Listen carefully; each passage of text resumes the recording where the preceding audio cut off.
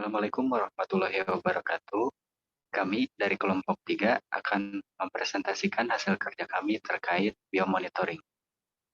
Anggota kelompok dari kelompok kami adalah saya sendiri, yaitu Farhan Bagus Adhari dengan NRP 25202014, kemudian Siti Evi Fauziah dengan NRP 25202015, dan ada Rainaldia dengan NRP 25202032, kemudian Olivia Zahra Pujastuti dengan NRP 25 2020 041.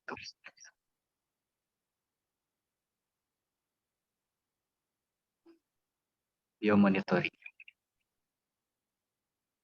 Dalam pembahasan biomonitoring ini, kami akan membahas beberapa bagian, yakni pendahuluan, kemudian jenis biomonitoring, dan juga macam-macam dari biomonitoring itu sendiri.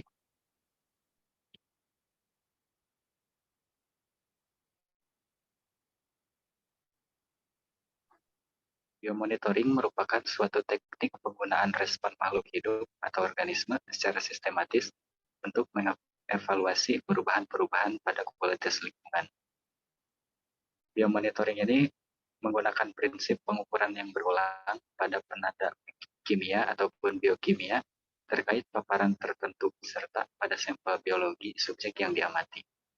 Adapun pengertian lain dari biomonitoring secara operasional ini mengacu pada upaya kompilasi data hasil pengujian biologi di laboratorium maupun data dari lapangan.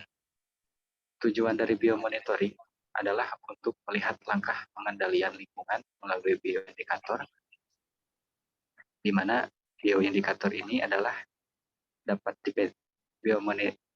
bioindikator ini dapat didefinisikan sebagai biota yang dikembangkan sebagai indikator untuk kualitas lingkungan. Yang kedua, tujuannya adalah untuk menggambarkan cocok atau tidaknya suatu organisme terhadap suatu lingkungan. Kemudian, mencegah terjadinya paparan bahan kimia yang dapat menyebabkan gangguan keseharian, baik secara akut maupun kronis. Adapun manfaatnya dari biomonitoring ini adalah untuk memprediksi bahkan mengetahui dampak yang lebih luas akibat pencemaran udara, air, dan juga tanah, sehingga menjadi landasan dalam pengembangan dan pengelolaan lingkungan. Kemudian untuk mengevaluasi risiko kesehatan yang berhubungan dengan bahan polutan. Biomonitoring ini terbagi ke dalam dua jenis, yakni bioassessment study dan juga toxicity bioassays.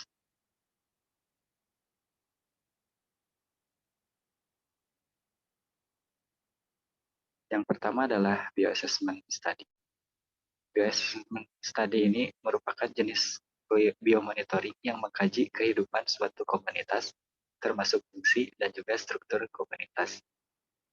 Bioassessment melibatkan sampling lapangan dari komunitas biologis untuk mengkarakterisasi struktur komunitas, yaitu keragaman dan toleransi terhadap polusi.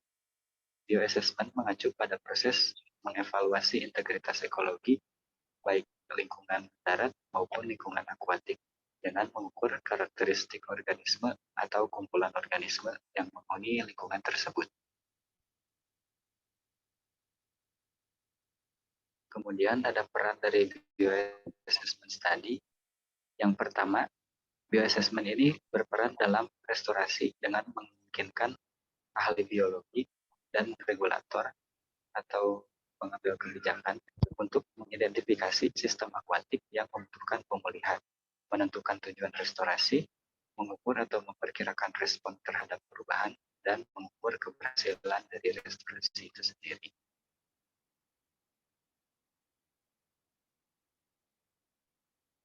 Peran dari bioassessment yang kedua adalah dapat digunakan untuk memantau berbagai elemen restorasi yang dengan jelas menunjukkan nilai dalam menerapkan teknik bioassessment dalam upaya restorasi lingkungan.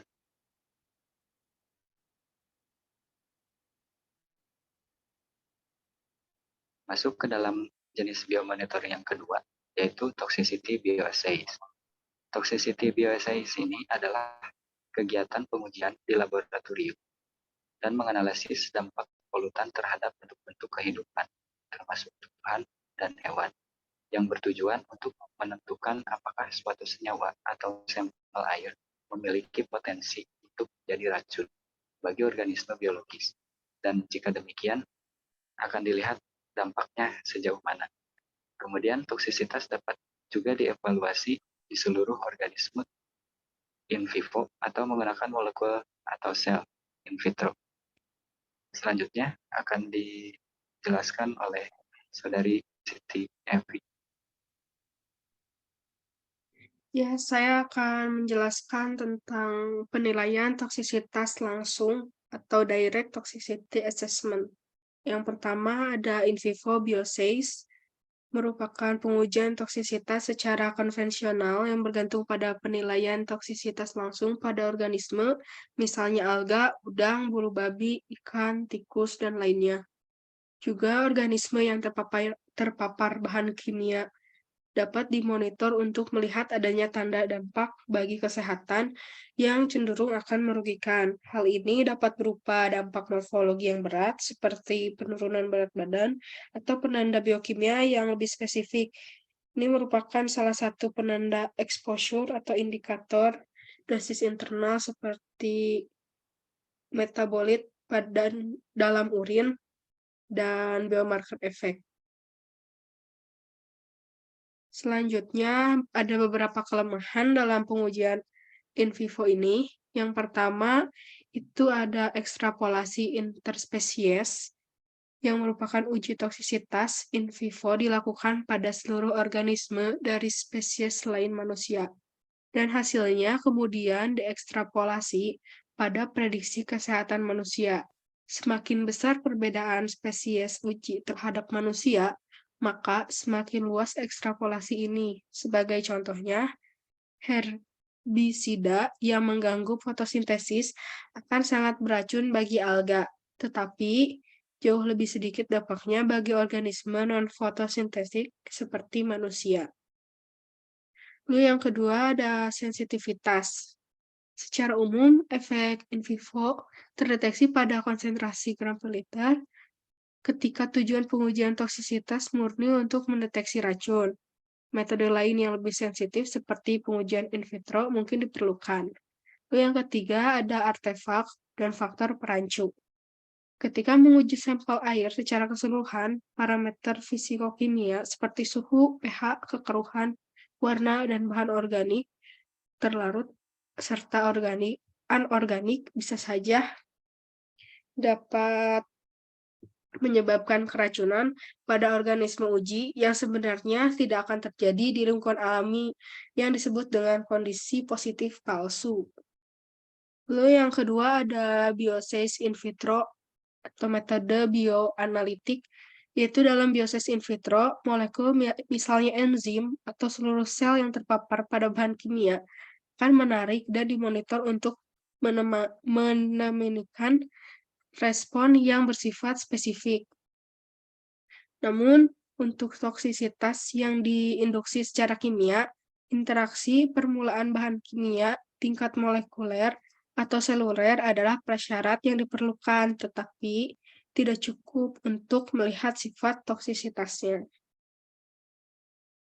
Yang ketiga, jenisnya ada epidemiologi. Epidemiologi adalah ukuran kesehatan manusia yang paling relevan dibandingkan dengan pengujian toksisitas in vivo atau in vitro. Penelitian epidemiologi terhadap populasi yang terpajan dapat dibenarkan untuk menentukan apakah potensi paparan terhadap kontaminan telah berdampak bagi kesehatan manusia. Seperti dalam grafik di bawah, penyakit dapat dipengaruhi oleh agen, hospend, serta lingkungan. Juga yang gambar sebelahnya, itu ada keseimbangan agen, penjamu, dan lingkungan. Tidak ada penyakit dalam gambar yang seimbang. Lalu selanjutnya, epidemiologi merupakan ilmu yang mempelajari tentang distribusi dan determinan peristiwa kesehatan dan peristiwa lainnya berhubungan dengan kesehatan yang menimpa sekelompok masyarakat dan menerapkan ilmu tersebut untuk memecahkan masalah-masalah tersebut. Jika pengujian toksisitas menggambarkan toksisitas yang terukur pada sumber air minum, penelitian epidemiologi terhadap populasi yang diekspos dapat dibenarkan untuk menentukan apakah potensi paparan terhadap kontaminan telah berdampak bagi kesehatan manusia. Selanjutnya akan dipaparkan oleh teman saya, Reynaldia. Selanjutnya adalah pendekatan in silico atau in silico approach. Beberapa kekurangan biosay in vitro, terutama kurangnya integrasi toksikokinetik, dapat diatasi dengan menggabungkannya dengan pemodelan komputer atau in silico, yaitu menggunakan hubungan struktur aktivitas, atau dalam bahasa Inggrisnya adalah Structure Activity Relationship yang disingkat dengan SAR. Di SAR, struktur kimia dan sifat fisikokimia lainnya dari zat tersebut ketika diketahui dapat digunakan untuk memprediksi toksikokinetiknya. Selanjutnya adalah biosay perilaku atau behavioral biosay. Behavioral biosay mengukur perilaku organisme secara kualitatif atau kuantitatif untuk mendeteksi dan menganalisis beberapa stimulus eksternal atau sebagai indikator keadaan fisiologis atau psikologis internal. Behavioral bioscience menggunakan perilaku dalam mengukur kemampuan hewan untuk mendeteksi rangsangan lingkungan secara fisiologis atau neurologis. Kepekaan perilaku suatu organisme dapat digunakan sebagai alat mendeteksi suatu zat X dalam sampel.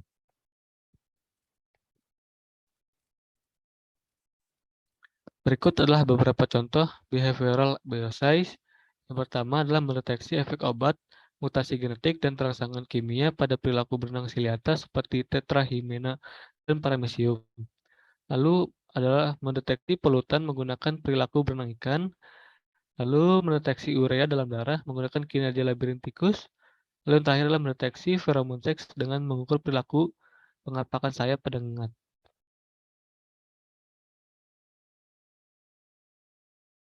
Lalu ada beberapa cara melakukan behavioral bioscience. Perilaku yang ditunjukkan oleh spesies yang digunakan untuk pengujian harus ditetapkan dan dipecah menjadi unit perilaku untuk membuat perilaku dapat diukur secara objektif. Yang pertama, yaitu etogram dan etogram parsial. Etogram sendiri adalah kumpulan deskripsi komprehensif yang mewakili pola perilaku spesies tertentu. Ketika etogram mencakup sebuah perilaku khas spesies itu, dianggap sebagai etogram penuh. Etogram parsial adalah deskripsi perilaku dalam kategori perilaku tertentu. Etogram parsial digunakan ketika pertanyaan penelitian yang ditanyakan hanya berkaitan dengan satu kategori perilaku. Lalu yang kedua adalah deskripsi kualitatif unit perilaku. Unit perilaku adalah perilaku yang dicatat dalam etogram.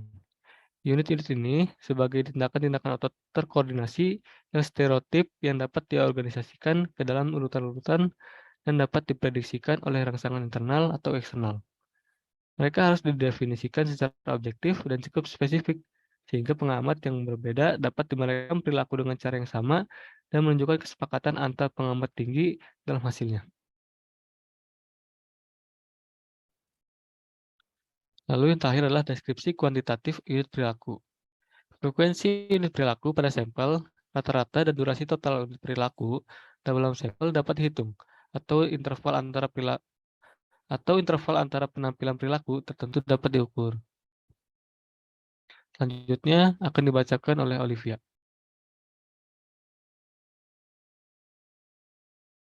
Bioaccumulation study. Bioaccumulation study melakukan kajian dosis kontaminan yang diserap tumbuhan dan hewan uji dan dampaknya dalam rantai makanan atau food chain. Bioakumulasi adalah masuknya bahan kimia yang terkonsentrasi dalam organisme melalui berbagai cara, yaitu kontak langsung, respirasi, dan konsumsi. Bioakumulasi menunjukkan akumulasi dan pengayaan kontaminan pada organisme bersifat relatif terhadap yang ada di lingkungan. Next.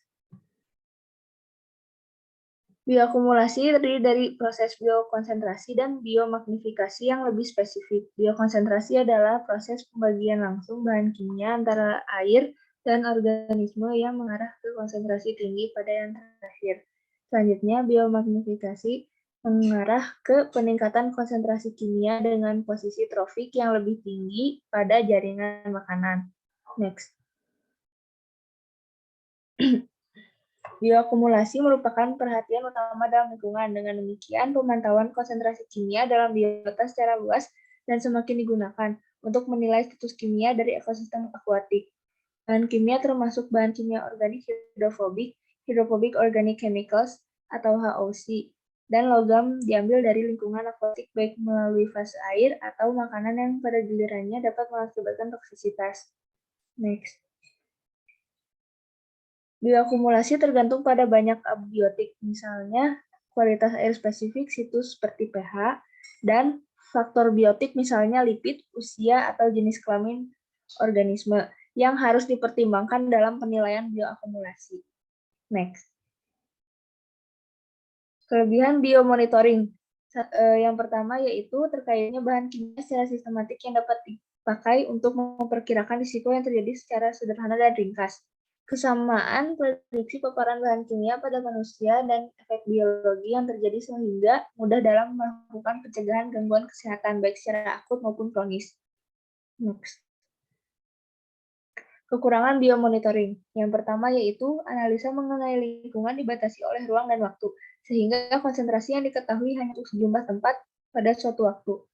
Yang kedua yaitu perilaku manusia berubah-ubah, dan ini menambah ketidakpastian dalam perhitungan secara signifikan. Next. Berikut daftar pustakanya, yaitu Husama dan Abdul Qadir Raharjanto. Tahun 2019, bioindikator dengan judul Teori dan Aplikasi dalam Biomonitoring, Malang, UMM Press. Sekian dari kelompok kami. Wassalamualaikum warahmatullahi wabarakatuh.